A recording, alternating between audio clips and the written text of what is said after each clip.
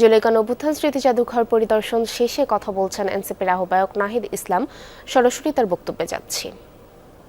নির্যাতন, নির্মমতা, ফ্যাসিবাদ, স্বৈরতন্ত্র সবকিছুর কেন্দ্র ছিল এই বাসস্থানটি, এই গণভবনটি। এখান থেকেই স্বৈরাচারী ফ্যাসিস্ট শেখ হাসিনা সকল কিছু সিদ্ধান্ত নিত।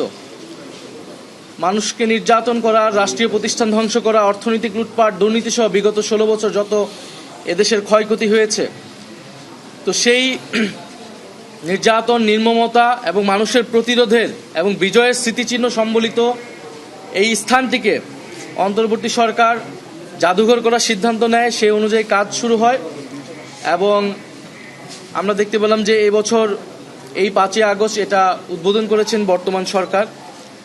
তো সেই প্রেক্ষিতে আমাদের এটা পরিদর্শন করতে আসা। অন্তর্বর্তী সরকারের সময় মূলত এটার কাজ মোটামুটি শেষ হয়েছিল, উদ্বোধন করার মতো শেষ হয়েছিল। এই সরকার এসে গত 5 মাস সময় নিয়েছে। আমরা সংসদে এবং সংসদের বাইরে প্রচুর কথা বলেছি জাদুঘরটি খুলে দেওয়ার জন্য।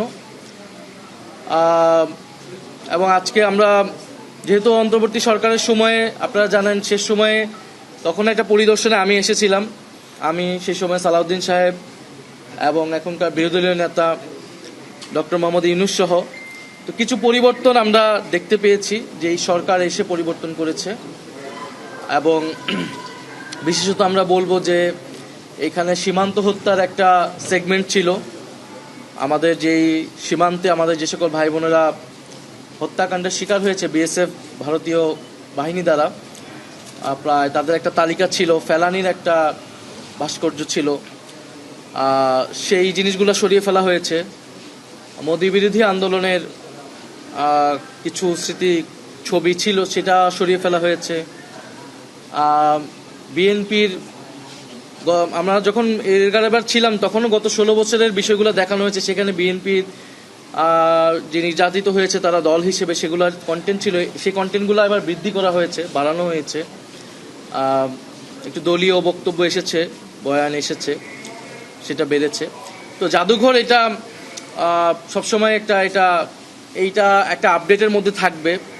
এটা আমরা গতবারও যখন কথা বলেছিলাম এবং গতবার যখন আমি এসেছিলাম তখনও আমরা মতামত দিয়েছিলাম। আজকেও আমরা যারা এখন দায়িত্বে আছে তাদেরকে আমরা মতামতগুলো দিয়েছি, আমাদের যেটা পর্যবেক্ষণ।